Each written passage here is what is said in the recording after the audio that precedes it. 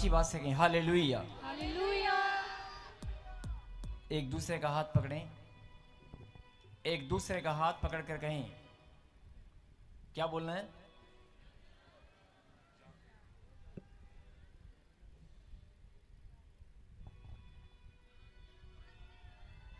वचन का समय आया है, जागते रहें। और कई लोग ना जब हाथ पकड़ के बोलते हैं ना जागते रहो, उनको बड़ा अजीब सा लगता है कि यार मैं जाग रहा हूं फिर भी ऐसे क्यों बोल रहे हैं। और कई लोग बड़े आनंद के मुस्कुराकर बोलते हैं जागते रहो, क्योंकि ये जागना आत्मिक जागृति है। आत्मिक जागृति की बात हो रही है। अपनी आत्मा में हमेशा जागते रहो। क्या आमीन? बेटे थोड़ा वॉइस कॉल इसकी हल्की सी बस। अगला समय प्रभु के वचन की जो परमेश्वर ने हमारे लिए शिक्षा भेजी है, जो प्रभु आज अपने दिल की बात अपने बच्चों को समझाना चाहते हैं, जो परमेश्वर गहरी बात अपने बच्चों को आज बताना चाहते हैं। आइए हम सब वचन में जाने से पहले अपने हृदय से आप प्रार्थना करें कि परमेश्वर आज मैं आपकी महिमा के लिए आपके पवित्र मंदिर में आया हूं और मुझको आपने ही मुझे लाखों की भीड़ में से चुना और अपने पास आने का मौका दिया। मैं धन्यवाद करता हूं। वचन में जाने से पहले आप ऐसे प्रार्थना किया करें कि प्रभु मैं प्रार्थना करता हूं आज का दिन, ये समय, ये घड़ी आपने मेरे जीवन में ठहराई है। मैं बहुत लंबे समय से आना चाहता था लेकिन नहीं आ पाया, लेकिन आज जैसे भी मैं आया हूं, चाहे मेरे पास धन की घटी है, मैं बीमार हूं, मैं कर्जे में हूं, मैं परेशानी में हूं, चाहे मेरी नॉर्मल लाइफ है या मेरे पास संतान नहीं है, बच्चा नहीं है, मकान नहीं है, मैं जिस हालात में भी आपके पास आया हूं, लेकिन मेरे पिता तू सब कुछ जानता है। और मैं विश्वास करता हूं और पूरा जगत, हर एक मनुष्य, संपूर्ण मनुष्य जाति जानती है कि परमेश्वर मनुष्य के हालातों को बदलने में सामर्थी है। वो पल भर में ही हर एक की परिस्थिति को बदल सकता है। हर एक के घर की, रोजगार की, जीवन की सारी नेगेटिव परिस्थितियों को बदल कर रख देगा। वो ऐसा खुदा है जो आपने कभी सोचा नहीं था, जो आपने कभी सोचा नहीं था, उस आपके सोचने समझने से बढ़कर वो देने वाला परमेश्वर है। हे प्रभु, हम आपके चरणों में विनती और प्रार्थना करते हैं, चाहे हम पहले जैसे भी थे, लेकिन आज प्रभु जी हम अपना मन, अपना हृदय आपको समर्पित करते हैं। हमारे मन में कोई भी नेगेटिव बात नहीं है। हम अपने मन को खाली करके आपके पास आए हैं और बड़े विश्वास के साथ आए हैं कि आज हम अपनी आशीष लेकर ही जाएंगे। ऐसे प्रार्थना करें और धन्यवाद जरूर करें कि जो वचन से प्रभु जी आप हमें समझाना चाहते हैं, मैं अपने दिलो दिमाग से उसको सुनने के लिए तैयार हूं। मैं अपने सोचने समझने की शक्ति, अपने विचारों को आज आपके हवाले करता हूं। मेरा दिमाग, मेरा सोचना, मेरा समझना, मेरी बॉडी का एक एक ऑर्गन, एक एक इंद्रियां, सब कुछ आपके हवाले करता हूं, ताकि शैतान मुझे भरमाने न पाए, मेरा ध्यान भटकने न पाए, मेरा ध्यान भटकने न पाए। जो गहरी बात हमें समझाना चाहते हैं प्रभु जी, वो पूरी तरह से मुझे समझ में आए। ऐसे आप प्रार्थना करें और अपने दिल की बात, जो आपके घर के दुख और तकलीफ हैं, जो अपने माता पिता के लिए जवान बच्चे जो करना चाहते हो, जो आपके सपने हैं, वो जरूर बोलना। 2 मिनट शांत होकर सब, सिर्फ 2 मिनट नहीं, 1 मिनट बस शांत होकर सब लोग क्या बोलेंगे? अपने दिल की बात, क्योंकि प्रभु को बहुत अच्छा लगता है जब उसके बच्चे दिल की बात शेयर करते हैं। अपने मन की बात को आप शेयर करें, क्योंकि जब आप प्रार्थना करते हैं तो आप प्रभु से मांगते हैं, उसके आगे रोते हैं, गिड़गिड़ाते हैं, लेकिन आप दिल की बात शेयर नहीं करते। अपने मन की बात को शेयर करें, जैसे एक सचमुच में बेटी अपने बाप से करती है, जैसे एक भाई भाई से करता है, जैसे माता पिता अपने बच्चों के साथ एक साथ बैठकर अपनी बातों को घर में किया जाता है, ऐसे दिल की बात, चाहे वो कुछ भी है, आप अपने पिता से शेयर करें। और उसके बाद आप धन्यवाद करें कि मैं आज, प्लीज शांत होकर सब बात करें प्रभु से।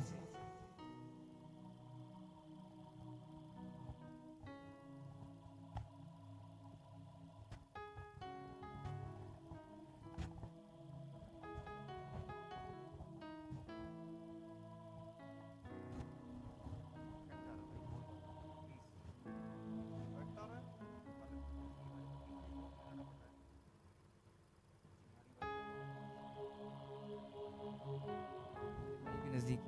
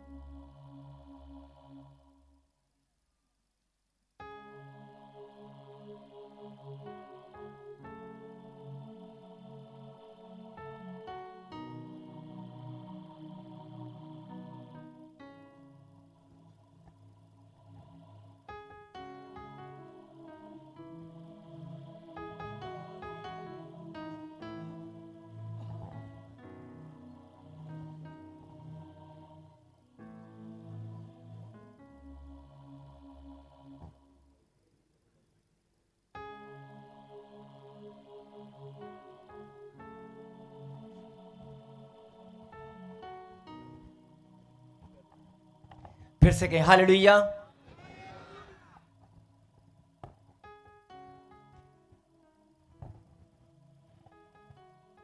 कितने लोगों ने आज दिल की बात अपने खुदा से शेयर की है? कैमरामैन स्क्रीन पे दिखा इनके हाथों को।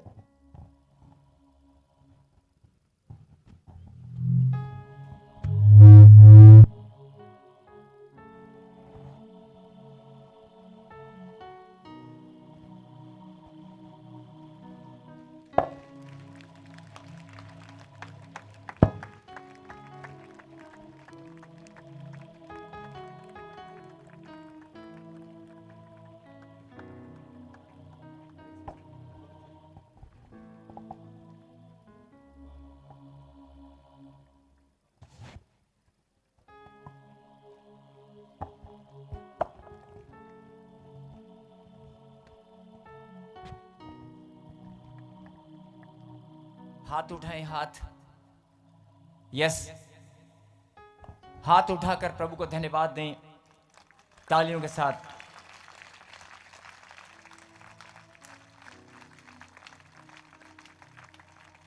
और अभी एक मैसेज आपने स्क्रीन पे भी देखा, उद्धार का संदेश फिर से स्क्रीन पे लगा दे।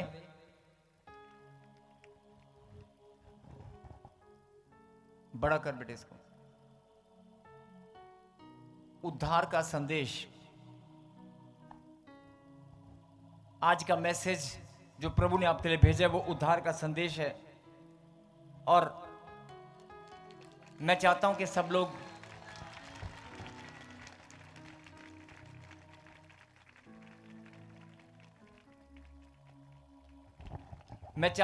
उद्धार का संदेश आपने बहुत बार सुना भी होगा, आप जानते भी हैं। उद्धार का संदेश बहुत बार आपने सुना होगा, बहुत बार आप जानते भी हैं। और सुसमाचार, सारी बाइबल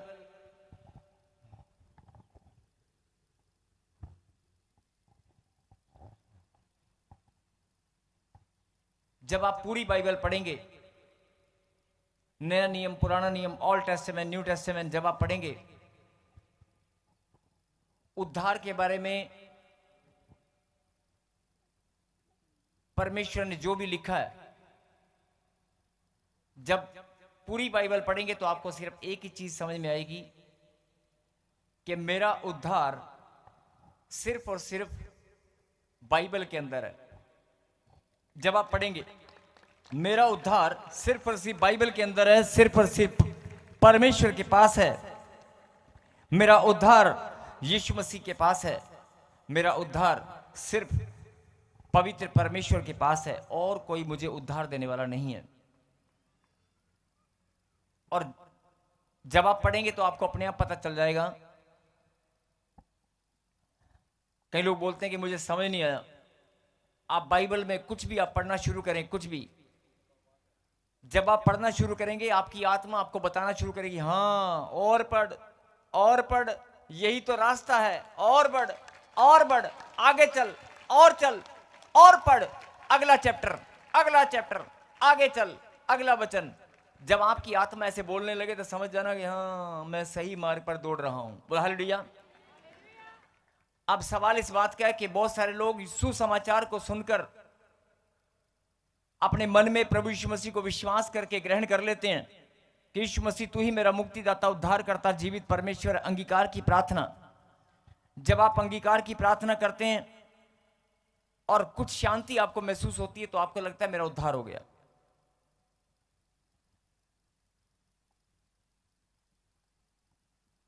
आपको लगता है कि मेरा उद्धार हो गया। और बहुत सारे लोग, जरा ध्यान से सुनना, जो बहुत लंबे समय से प्रभु में हैं, बहुत लंबे समय से प्रभु में हैं, लेकिन उनके घर में अगर कोई समस्याएं, कोई प्रॉब्लम अभी भी घूम रही हैं, तो बड़ा गंभीर विषय है कि आप प्रभु को जानते हैं, उद्धार का संदेश आप जानते हैं, उद्धार आपका हो चुका है, आपने अंगीकार की प्रार्थना की है, लेकिन फिर भी आपके घर में जो होना चाहिए वो नहीं है। और आप दूसरों को देखते हैं जो प्रभु के नाम को नहीं जानते, आप उनके घरों को देखते हैं कि उनके पास पैसा भी है, धन दौलत है, मान सम्मान है, उनके रिश्ते ब्लेस हैं, वो लोग विदेश में जाते हैं। हमारे बच्चों का विदेश का काम नहीं बना, लेकिन वो लोग विदेश की यात्रा करके सारा परिवार घूम कर भी आ चुका है। जब आप दूसरों को देखते हैं कि यार उन्होंने एक छोटा सा काम खोला था और उनके घर में इतनी सारी ब्लेसिंग आ गई, मैं 4-4 काम खोल के भी ब्लेसिंग, पैसा नहीं बढ़ पा रहा है, बरकत नहीं आ पा रही है। मैं उन लोगों की बात कर रहा हूं जो लोग प्रभु में आने के बाद ऐसा सोचते हैं, या जिनको महसूस होता है मेरे घर में अभी बरकत क्यों नहीं है। और जो प्रभु को नहीं जानते वो हमसे आगे क्यों हैं, वो आगे हो या पीछे, लेकिन वो भी खुदा की संतान है। बोलो आमीन। और उनका आगे होना या पीछे होना, ये सब खुदा की योजना और खुदा का न्याय है। बोलो आमीन। ये सब खुदा की योजना और खुदा का न्याय है। जब कभी लंबा समय होगा तो इस बात पर हम चर्चा करके समझ सकते हैं, लेकिन आज समय प्रभु के वचन का है, इसलिए मैं आपका ध्यान इस बात पर लेकर आना चाहता हूं कि जो आपका उद्धार हो चुका है, आपको लगता है कि हो चुका है, और बहुत सारे लोगों को लगता है कि नहीं हुआ। ये प्रभु ने एक वचन आपको दिया, उस वचन को हम आज पढ़ेंगे, और जब हम इस वचन को पढ़कर सुनेंगे तो अपने आप ही आत्ममंथन, आत्मिक विश्लेषण, स्पिरिचुअल एनालिसिस, मतलब आप अपनी आत्मा में झांक कर अपने आप करके देखना, अपने आप आपको पता चलेगा कि हम किस जगह पर खड़े हैं, हम कहां पर खड़े हैं, या कहां हमसे गलती हुआ। मैं चाहता हूं कि प्लीज अगर नींद आ रही है तो आप जाग जाएं, आपका ध्यान इधर उधर है तो अपने ध्यान को केंद्रित करें, एक दूसरे को हाथ लगाकर फिर से कहें जागते रहो। निकालें लैब व्यवस्था और लैब व्यवस्था के बाद वचन निकाले 26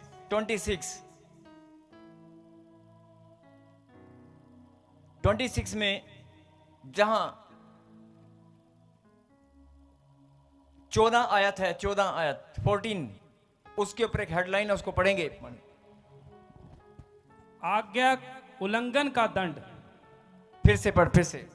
आज्ञा उल्लंघन का दंड।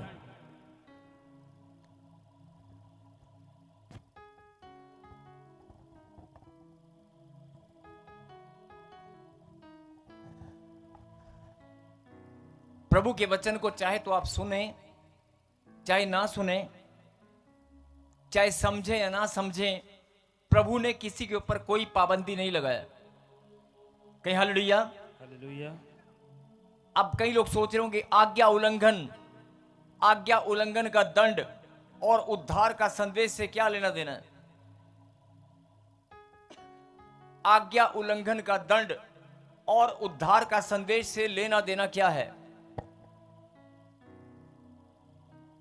और मैं फिर बोल रहा हूं कि जिनके बच्चे इधर उधर घूम रहे हैं, हर एक माता पिता को चाहिए कि अपने बच्चों को कंट्रोल करें। वचन के समय बहुत सारे छोटे छोटे बच्चे इधर उधर घूमने लग जाते हैं या कहीं जाने लगते हैं। अपने बच्चों के अंदर आप शिक्षा डालें, यह भी आज्ञा उल्लंघन है, ये भी आत्मिक गलतियां हैं। अपने बच्चों को अगर आप वचन के समय या प्रभु के घर में आकर आप कंट्रोल करना नहीं जानते हैं, मैं इसलिए नहीं बोल रहा हूं कि यहां चर्च में बहुत सारे बच्चे शरारत कर रहे हैं, नहीं, ये संदेश है।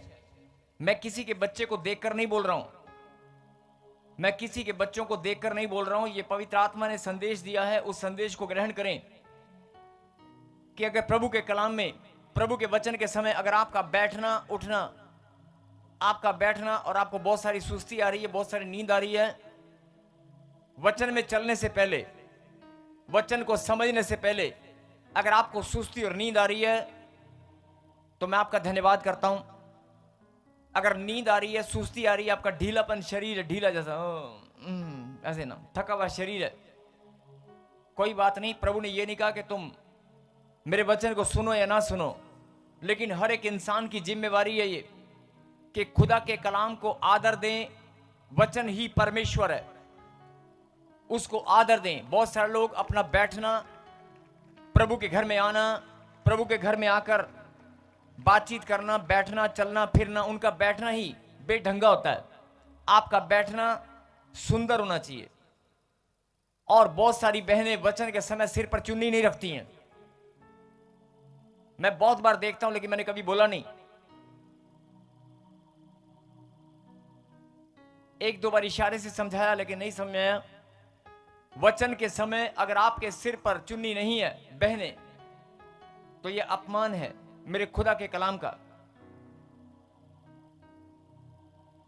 और अगर प्रभु के घर में परमेश्वर के पास आप आते हैं, आपके कपड़े बेढंगे हैं, परमेश्वर ने यह नहीं कहा कि तुम क्या पहनोगे और क्या खाओगे और क्या पियोगे, तुम्हारा खाना पीना कैसा भी हो, तुम्हारा पहनना कैसा भी हो।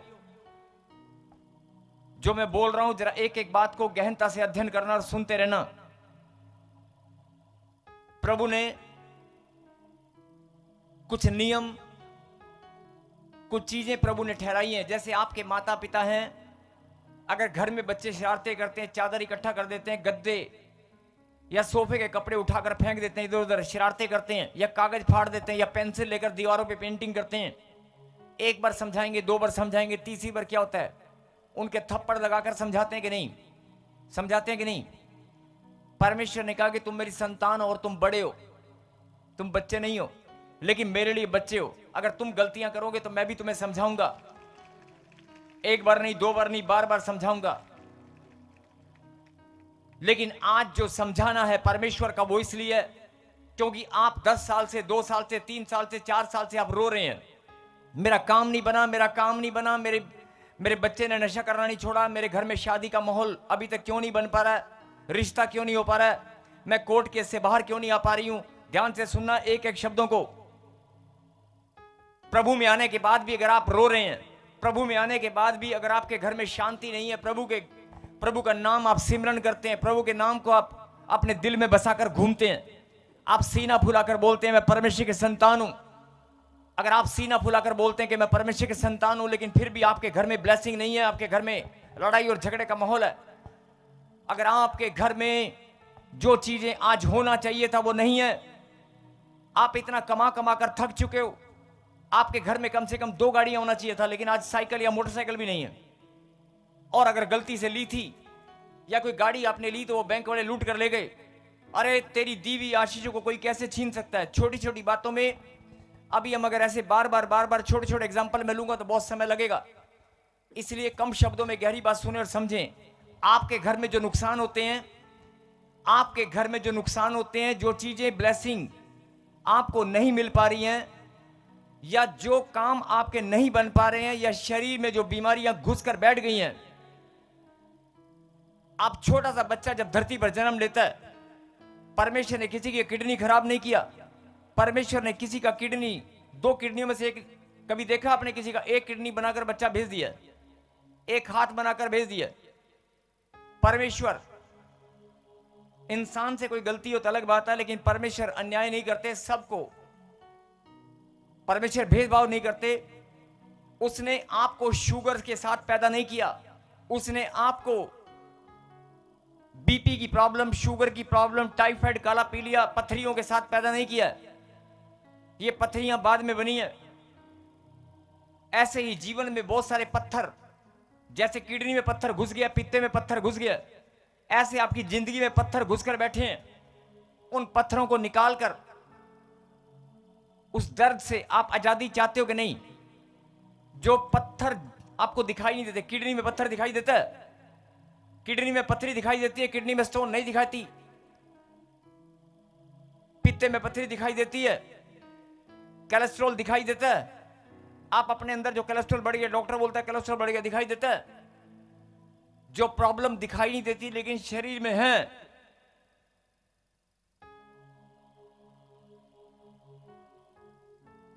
वो प्रॉब्लम आपके जीवन में, आपके घर में जहां से घुस गई हैं। इसका कारण क्या है? आप दिन रात प्रार्थना में लगे हैं, 4 साल, 5 साल, 10 साल से आप दिन रात प्रार्थना में लगे हैं। आपके बच्चे कहना नहीं मानते, चर्च नहीं आते, प्रार्थना नहीं करते, कोई बात नहीं, लेकिन आप तो लगे हैं। अगर आप प्रार्थना में लगे हैं, आप दिन रात परमेश्वर की महिमा करने में लगे हैं, लेकिन फिर भी अगर कोई आपके जीवन में ब्लेसिंग नहीं आ पा रही है, तो थोड़ा सा इस वचन पर ध्यान दें और कुछ गहरी बात को समझना होगा। क्यों समझना होगा? क्योंकि जो 10 साल 15 साल से आप प्रार्थना करते आ रहे हैं, और मैंने अभी 1 महीने या 2 महीने से मैं लगातार भविष्यवाणी कर रहा हूं कि इसी वर्ष में प्रभु आपको आशीष देंगे, इसी वर्ष में परमेश्वर आपको आशीष देंगे। मैं कोई सपने नहीं बेच रहा हूं। जैसे किसी इंसान को एक सपना दिखा दो, ले बेटे ये सपना और ये 3 महीने बाद पूरा हो जाएगा, या कोई झूठी भविष्यवाणी हम लोग नहीं करते हैं। हम खरी बात, खरा उपदेश जो प्रभु ने आपके लिए भेजा है वो आप तक पहुंचाते हैं। इसलिए जिनके घर में प्रॉब्लम है, समस्याएं हैं, आप प्रार्थना में कमजोर हैं, आप समस्या में जो भी है, लेकिन इस बात पर ध्यान दें कि जो भी प्रॉब्लम जितने भी लंबे समय से चलती आ रही है, परमेश्वर ने क्या वायदा किया? परमेश्वर ने भविष्यवाणी की है कि मैं इसी वर्ष में तेरे मस्तक को ऊंचा करूंगा। लेकिन ताली दोनों हाथों से बजती है, एक हाथ से नहीं। परमेश्वर ने तो ठान लिया है।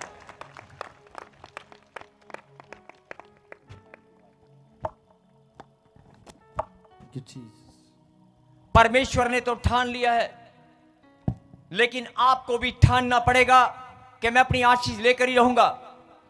अगर परमेश्वर ने देने का वायदा किया और इसी साल में टाइम फिक्स, आपका टाइम फिक्स कर दिया कि इसी साल में मिलने वाली है 2 महीने के अंदर, तो आप भी अपने आप को ऐसा तैयार करो कि आप भी अपने आप को ऐसा तैयार करें कि मैं अब कोई गलती नहीं करूंगी, मैं भी अब कोई गलती नहीं होगा, शैतान को कोई मौका नहीं दूंगा। 4 साल से 3 साल से मैं प्रार्थना भी करता था, लेकिन कोई ना कोई स्पिरिचुअल मिस्टेक, कोई ना कोई आत्मिक गलती मुझसे हो जाया करती। अगर होती है तो मैं अपनी आत्मिक गलतियों को ढूंढूंगा, मैं ध्यान दूंगा, लेकिन मैं आत्मिक गलती नहीं करूंगा। और मैं मान लूंगा जो बातें हैं ही नहीं, जो बातें है ही नहीं, मानो यस, जो आशीष मेरे पास आज तक नहीं आई वो मान लूंगा इसी वर्ष में आएगी। सबको जय मसीह की। मैं जतिन बब्बर और आप देख रहे हैं मसीह परिवार चैनल। जैसे कि आप सब जानते हैं कि मैं इस चैनल पे प्रभु के अलग अलग दासों की वीडियोस डालता हूं, तो अगर आपको हमारा चैनल अच्छा लगता है तो आप इस चैनल को ज़्यादा से ज़्यादा सब्सक्राइब जरूर करें, ताकि आप प्रभु के वचन को सुन सके। वीडियोस को ज़्यादा से ज़्यादा शेयर करें, ताकि जिन लोगों तक वचन नहीं पहुंचा उन तक भी वचन पहुंच सके। सबको जय मसीह की। एक बार मैं आपसे दोबारा कहूँगा कि इस चैनल को सब्सक्राइब जरूर करें और वीडियोस को ज़्यादा से ज़्यादा शेयर करें। जय मसीह की।